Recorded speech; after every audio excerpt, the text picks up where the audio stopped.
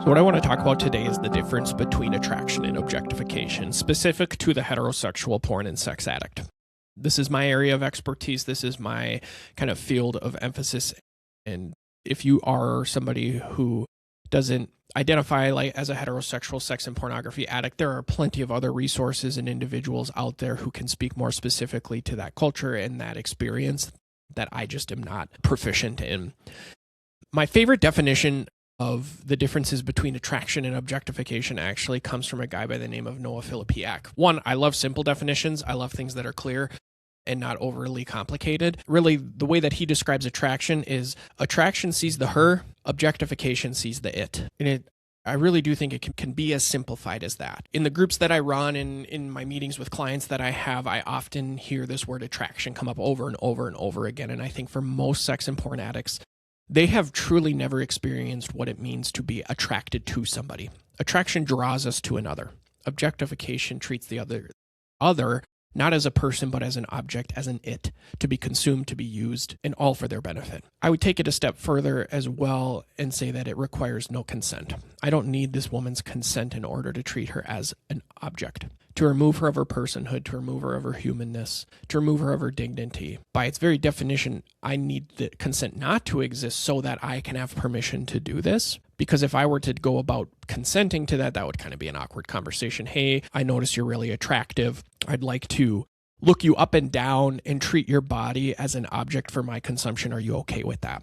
That is not a conversation that you hear many people having, actually. And there's a reason to that, because it's protective of the addict's experience. They get to continue to move through life treating people as objects. And the reality is even if you're in a committed relationship, you can treat your wife as an object. You can objectify the person that you've chosen to commit to. And just because you're married to her doesn't give you that free license to do that either, because you haven't gotten any consent. Another thing that I want to admit is that consent for me is very black and white. I don't believe in this idea of implied consent. I believe consent is informed, meaning you either agree to this or you don't agree. And that agreement is something that is acknowledged and it is expressed and it is exchanged between two individuals. It is not something that I can infer based on your behavior. I need to get it. I think it's important to create some rigidity to that idea of consent because it has been so misused, so abused, and objectification is not a victimless act.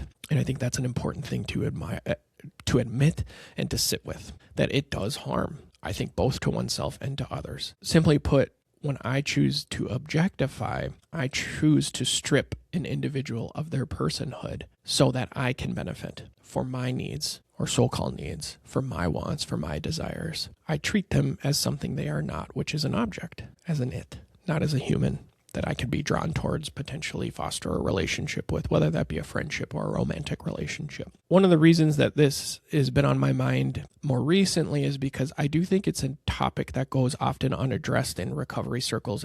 And that includes me as a clinician who treats individuals for pornography and sex addiction. It's kind of this topic that we don't talk a whole lot about.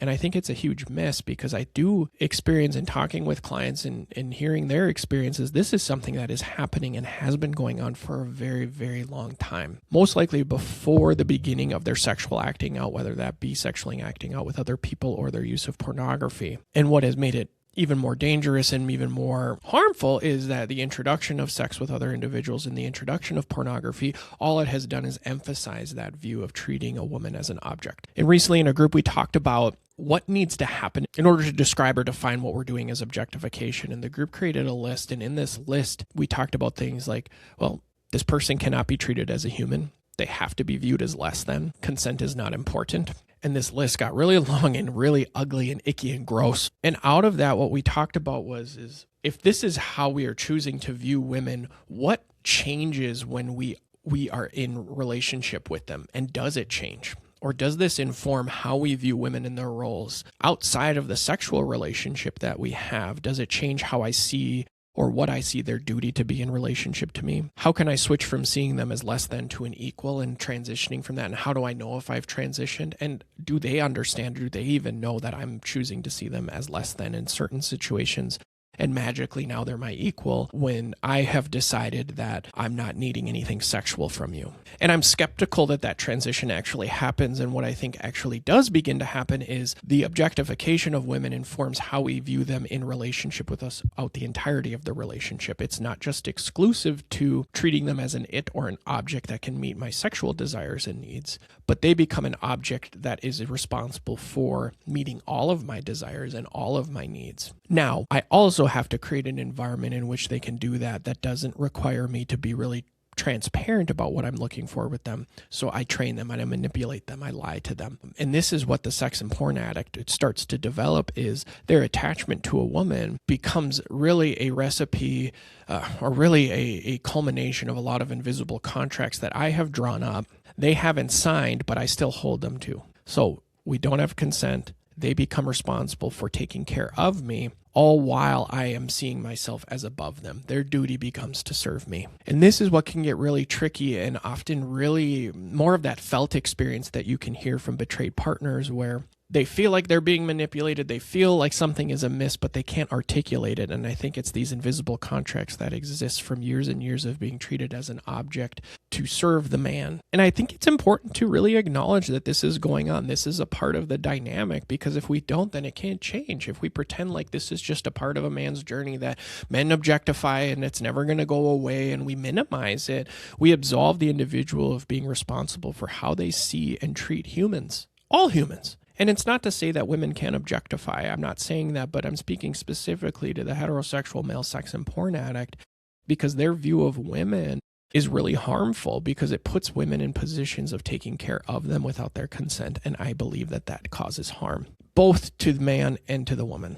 Because what you're both robbed of is a rich, fulfilling relationship where you're drawn to one another. And in the alternative objectifying relationship, one person is in power, one person is in a position of submission, and one person is priority and the other person is an object and is a thing. And I think these are conversations that really need to happen and really need to be talked about openly and honestly so that change can take place.